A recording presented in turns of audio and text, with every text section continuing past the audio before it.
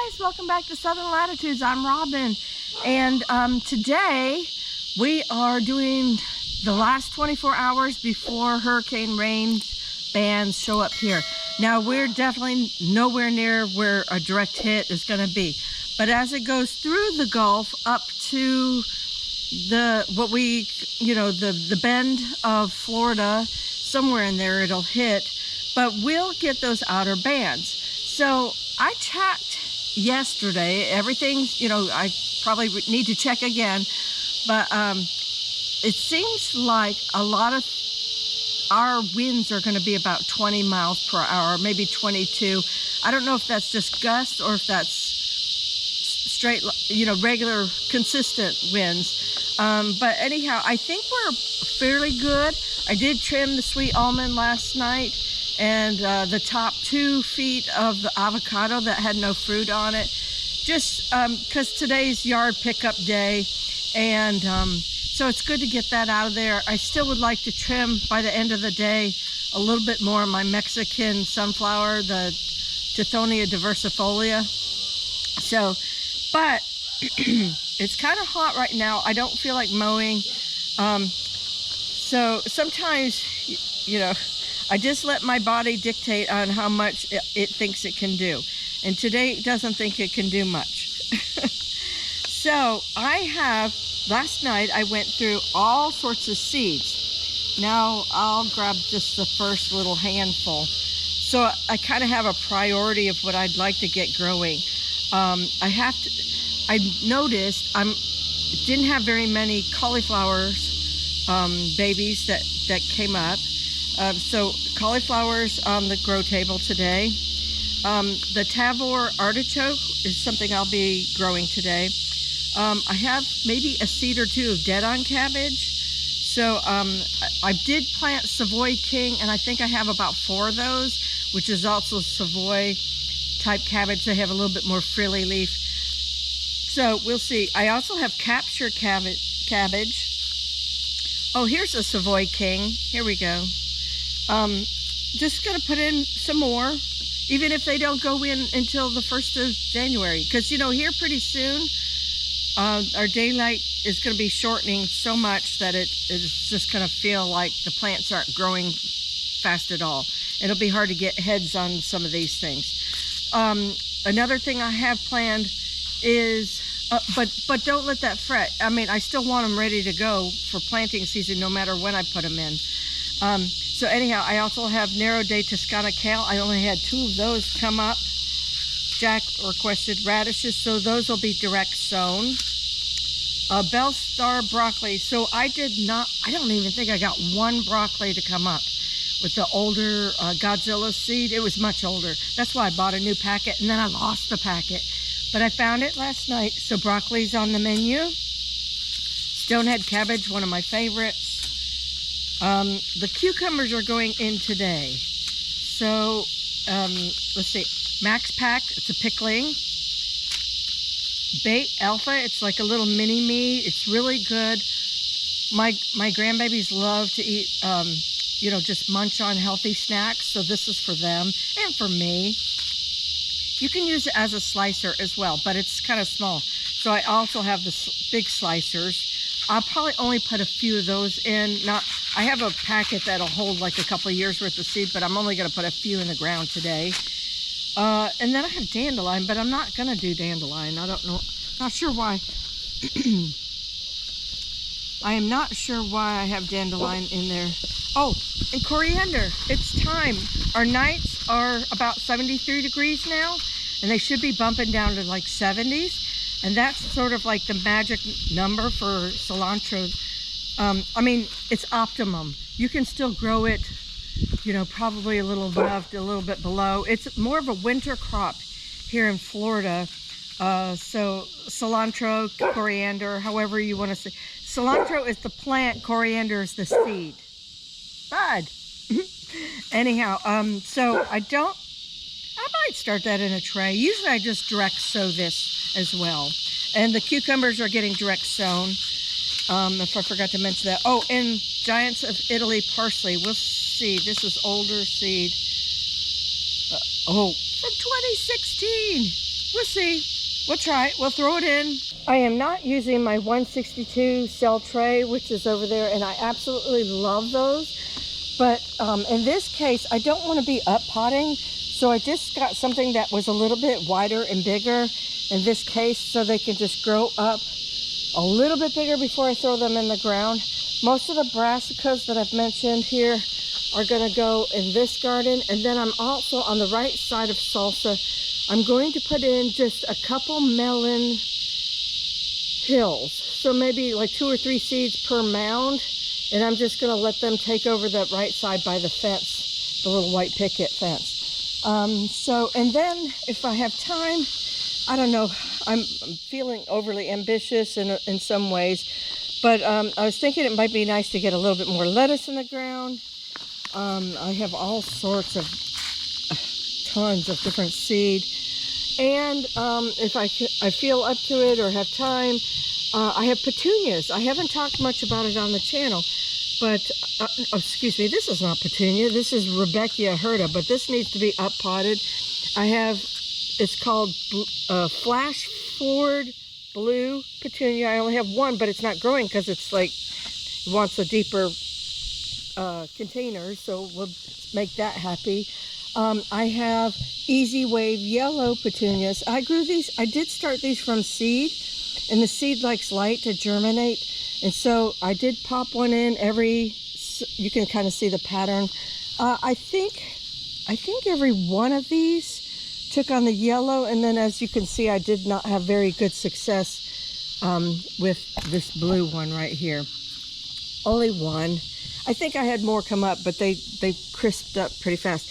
And then I have snapdragons. I may do these tomorrow when I can't go out there in the food forest area, but I'll have cloud cover. So these are my first lady snapdragons, and I have quite a few growing up really good, but I'm sure they would like to be separated from the rest and let the rest get, you know, the itty bitty baby ones germinating. They also needed very light covering, kind of almost like allowing light on the seed. It was like 1/8 of an inch. But anyhow, this one's ready to come out. Some of these are ready to go on to the new home. I'm going to up pot my rosemary and make them as gifts for people. And let's see what else. I have a little Campari still right here. I've Gomfrina needs to go on the ground. Just would love to get a bunch of stuff done. And I thought perhaps you guys would just like a vlog style almost. I mean, there's not like a definitive project other than hopefully I'm trying to clear the table and then also put some starts in for after the hurricane. You know, I don't know, October, I would say, after I get salsa garden prepped. But yeah, I mean, there's always something to do. So I'll just bring you along with me for as long as possible, okay? Let's get at it. These cicadas are still just bothering me. So I'm going to put on a podcast and put you guys on time lapse.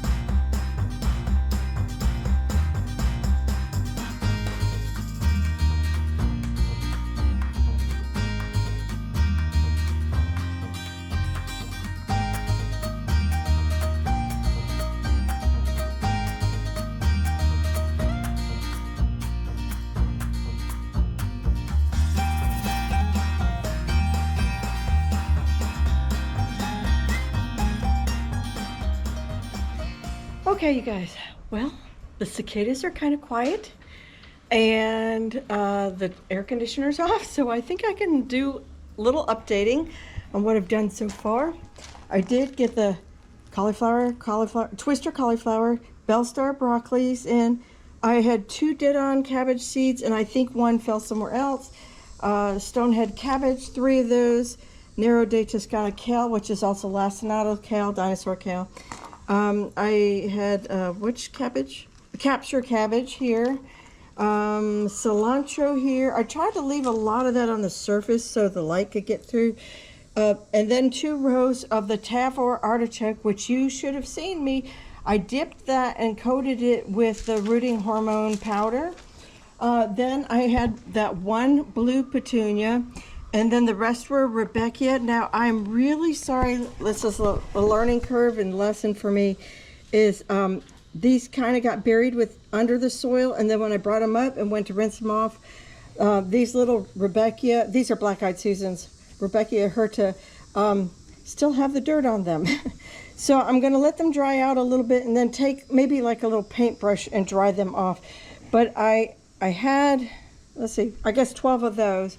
I had 2 Dusty Millers. Now this is my bad. I had a lot more germinate than this, but the package says once they germinate in heat, bring them inside. They like to grow in 55 degrees. So these will be coming inside with me here very soon, tonight, I guess. And then I learned my lesson. Okay, Robin's on a big learning curve with flower growing. And that I grew a lot of flowers this year. Now, this is my 2nd time trying snapdragons, and I have more still in the trays down here. I'm just leaving them for cover here through tomorrow's storm. And then I have 12 of them that are growing fabulously. They start small. They take forever, just like a celery and some other things. They take forever to get off the ground, but look at all the growth that they can now do. You know, they're just, root systems are still up here. They can grow so much. And so I got 12 of them. I'll probably put them in the porch for extra protection. This is Persian carpet zinnia, which is a beautiful plant, and I did it no justice. I left it in that little 162 cell tray because I was waiting to put it somewhere out in the garden, and I never did, and they're leggy, they're unhappy.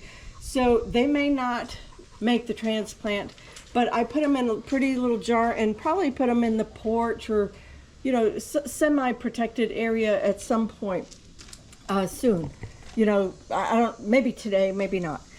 This is raspberry gumfrina with a Sunday mix celosia. These are a little bit different color. It looks like 3 that are the same color. This one might be a little bit more pinkish. That's a little bit more reddish.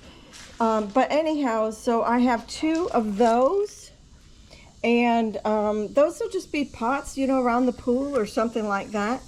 I decided not to put them because they're so tiny still and they need protection. And I don't want to put them out in the garden. But I do want them to start growing more. They needed to get out of their containers. So, and here is 1, 2, and then I put 2 in here, rosemary pots. Now these I'm potting up as gifts. And these little containers just came from the dollar store. I paid $1.25 for them. So, and the dirt, a lot of my dirt was repurposed dirt. I just now opened a new bag right there so I could go ahead and get the other gumfrina in. And the Persian carpet zinnias. Okay, so then these 2 baskets right here are my Easy Wave yellow petunias, which you saw the bloom. You can probably see it better in shade now. But I'm just going to make nice baskets with those. I'm really excited to have those. I still have a lot more to do, but I'm kind of getting hungry for lunch. I have these little cranberry hibiscus, which I'm going to put into cups. I already have those ready. I'm literally, here, I'll do one for you right here. Yeah, let's do it in these cups. I'm literally just taking the fresh soil. This was Miracle Grow Moisture Control. If you don't like it, don't use it. Or if you have some objections. But I kind of like it for some things. Oh, as you can see, speaking of other things, I did end up putting, so there was Miracle Grow Moisture Control potting mix on the bottom of these, but I topped them with seed starting mix. Where's that bag? Okay. I meant to do the whole thing in seed starting mix, but I forgot until I was halfway through and started loading. So seed starting mix, natural, organic. It's Omri from Jiffy. It has peat moss, cocoa coir, and vermiculite in it. So I was hoping that would be great for the babies to pop through. I have most of what I wanted to up-potted. Oh, I was saying, I squirrel so bad. Y'all don't hold it against me. I've had this problem my whole life. I'm like severely ADHD, and I passed on the genetics too. But anyhow, so these are gonna go, oh, that's what I was gonna do. I was gonna show you. So I take one of these, and it's simple as that. I'm just gonna put it in here and pot it up. And then I'll find a container to put, you know, like a tray, for example. I can do a lot of cleaning up over here, but just like that, something to hold it for right now. I also have some cabbages. All those might go in the ground, but probably off camera. And I have okra I've got to figure out what to do with. This doesn't say, but mine are Clemson spineless. These are mine. These are the ones I bought just as backups. Mine look better. Probably because they're, you know why? Because there's like 3 or so, 2 and 3 per pot here. They're not happy in this little container. They dry out within 4 hours every single day. It's a big mess. Okay, let me go get some food. I'll be back.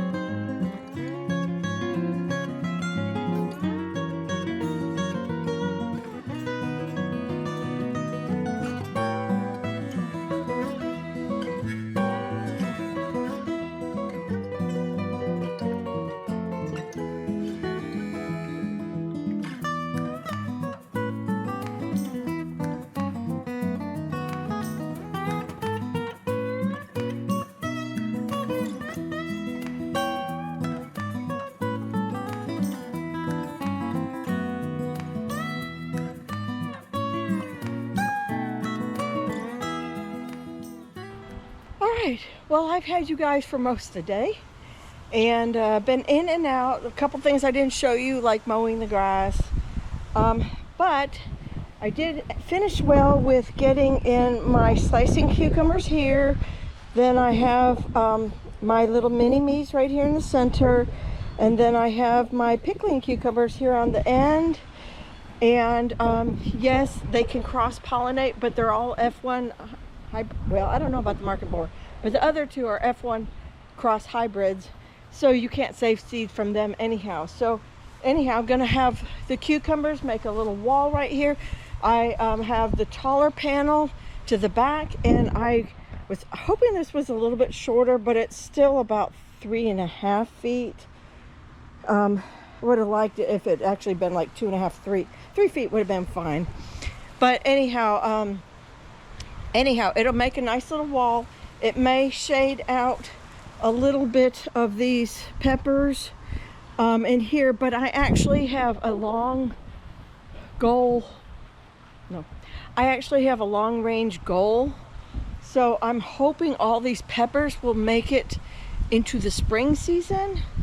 And so my plan is that the cucumbers will not make it that long. So, you know, I might get a nice harvest or 2 rounds out of the cucumbers right as they go up. but then they're going to fizzle out between either a rainstorm or humidity or something like that. Cucumbers just don't do that great in the fall for me. They do a little bit better maybe if I start them in February and get, you know, flowering by March and April, because that's our dry season and that's the lowest humidity that we have, and the cucumbers all love that better. But anyhow, so my goal is when the cucumbers fade, I'm going to plop in Alaska peas, my English peas that I like to do every year. I'm going to put those in these holes, and they will grow on up, and they will be like a block. And then I'm hoping, I don't know if we'll still have the shed here or not, but I was hoping between the tomatoes and the peas to have a bit of a microclimate for the tomatoes.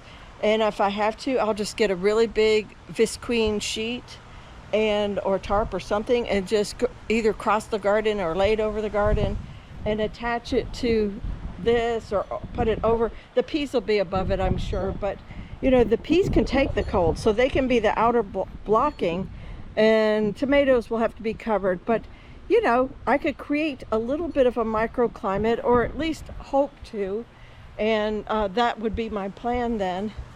So what else? Oh, I'm just gonna go up front. I'm gonna stake. Let's just go there. All right, so this is my little sunflowers. As you can see, they have started blooming a little early, and I'm really loving them, but I don't want them to fall over in this wind that's coming. I said earlier in the video we'd probably get about 20-mile-per-hour winds, but come to find out it's going to be more like 45, 50-mile-per-hour winds. So with that in mind, I am going to stake up these little babies and put cages around my heirloom tomatoes, and then I think I'm done for the night.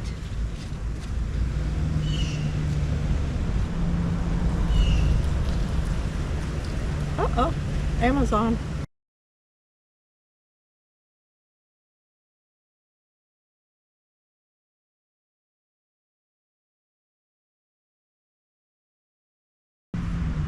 Well, y'all, I hope you've enjoyed this video. My heart aches for those that are in the path of the hurricane. I really, truly have felt your pain and worry and concern. I know how that is. It's just a terrible place to be. And so we'll be praying for you. We do have family up in the Panhandle. So, you know, we're praying for them as well. Yeah, well, anyhow. On that note, I will see you later. Take care. God bless. May your gardens and flowers and vegetables all stay safe. And I'll see you in the next video. Bye-bye.